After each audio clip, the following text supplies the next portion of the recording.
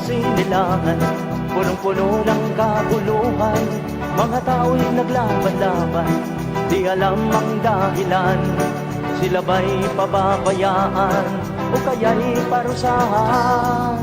Itigil ang digmaan, panatilihin ang kapayapaan.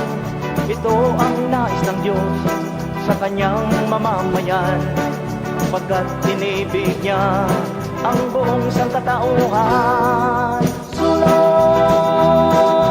Sulong kaibigan para sa Diyos at sa bayan.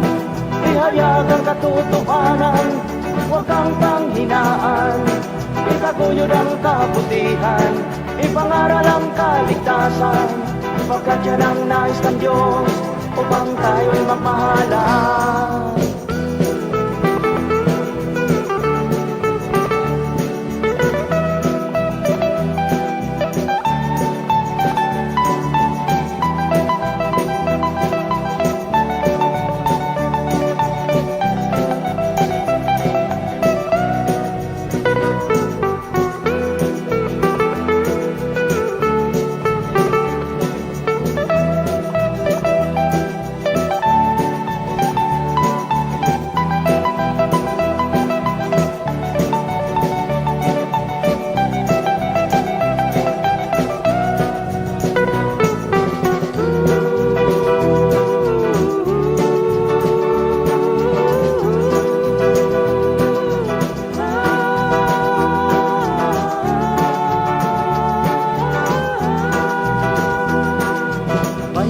Sinilangan, punong-puno ng kaguluhan, mga tao'y naglaban-laban, di alam ang dahilan.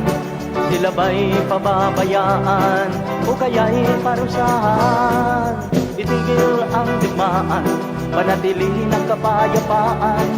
Ito ang nais ng Diyos sa kanyang mamamayan, pagkat tinibig niya ang buong sangkatauhan. Sulong kaibigan para sa Diyos at sa bayan. Ihayag ang katotohanan, huwag kang panghinaan. Itaguyod ang kabutihan, ipangaral ang kaligtasan, pagkat yan ang nais ng Diyos upang tayo'y magmahalan. Sulong kaibigan para sa Diyos at sa bayan. Ihayag ang katotohanan, huwag kang panghinaan.